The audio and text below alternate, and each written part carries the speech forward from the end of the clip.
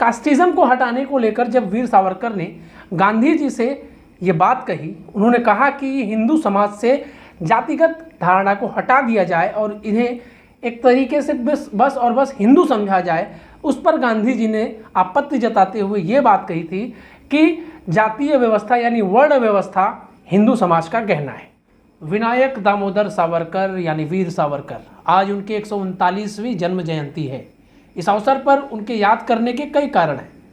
उनके विरोधी उन्हें माफ़ी के रूप में याद करते हैं, तो उनके समर्थक तप, त्याग, तपस्या और उनके बलिदान के लिए उन्हें याद करते हैं। वहीं पर हम आज एक ऐसे पहलू के बारे में चर्चा करेंगे जिसको लेकर आज के समाज की धारणा भी उससे जुड़ी हुई है।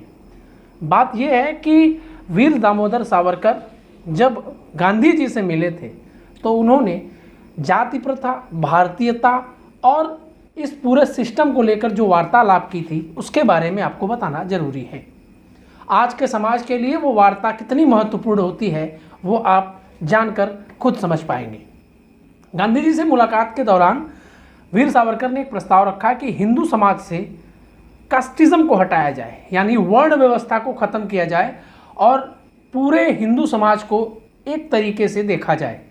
और उन्होंने ये भी कहा कि हिंदुस्तान में जो भी व्यक्ति है उसे सिर्फ और सिर्फ भारतीयता उसकी जाति होनी चाहिए।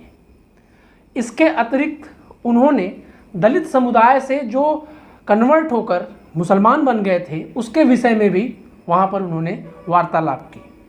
कास्टिज्म को हटाने को लेकर जब वीर सावरकर ने गांधी जी से ये बात कही, उन्होंने कहा कि हिंदू समाज से जातिगत धारणा को हटा दिया जाए और इन्हें एक तरीके से बस हिंदू समझा जाए। उस पर गांधी जी ने आपत्ति जताते हुए ये बात कही थी कि जातीय व्यवस्था यानी वर्ण व्यवस्था हिंदू समाज का गहना है।